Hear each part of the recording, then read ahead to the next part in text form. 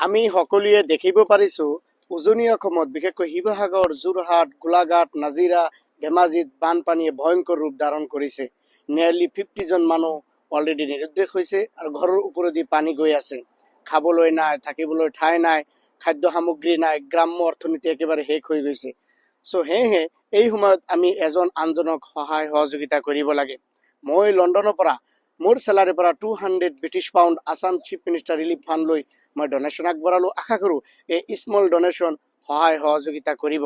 আশা কৰোঁ যিসকল ব্যক্তি আমি লণ্ডন, আমেৰিকা, পেৰিছ বা ইউৰোপ বা মিডল ইষ্ট বা আফ্ৰিকাত থাকোঁ, আমি ফিজিকেলি সহায় কৰিব নোৱাৰিলেও ফাইনেন্সিয়েলি কিবা এটা সহায় সহযোগিতা কৰিব পাৰিম। এই ভয়ংকৰ বানপানীৰ সময়ত এজন আনজনক আমি সহায় সহযোগিতা কৰিব পাৰিম। সেয়েহে কোনোবাই ফিজিকেলি বা কোনোবাই ফাইনেন্সিয়েলি এই সময়ত, এই বিভীষিকাৰ সময়ত, এই বানপানীৰ সময়ত উজনি অসমত যে শিৱসাগৰ, গোলাঘাট, যোৰহাট, নাজিৰা, ধেমাজিত হৈ আছে, মানুহ খাবলৈ নাই, থাকিবলৈ ঠাই নাই, অলৰেডি বহুত মানুহে মৃত্যুবৰণো কৰিছে। আপোনাৰ ঘৰৰ ওপৰেদি পানী বৈ আছে। চ' সেয়েহে আমি সহায় সহযোগিতা আগবঢ়াব লাগে। চ' মই মোৰ ফালৰ পৰা মোৰ চেলাৰীৰ পৰা 200 ব্ৰিটিছ পাউণ্ড মই Assam chief minister relief fund লৈ মই ডনেশ্যন আগবঢ়ালোঁ। আশা কৰোঁ এই স্মল ডনেশ্যনে কোনোবা এজনক সহায় আগবঢ়াব। আহক আমি সকলোৱে মিলি জুলি এই বানপানীৰ লগত মোকাবিলা কৰোঁ আৰু এইসকল ব্যক্তিৰ সৈতে আমি থিয় হওঁ। Thank you very much.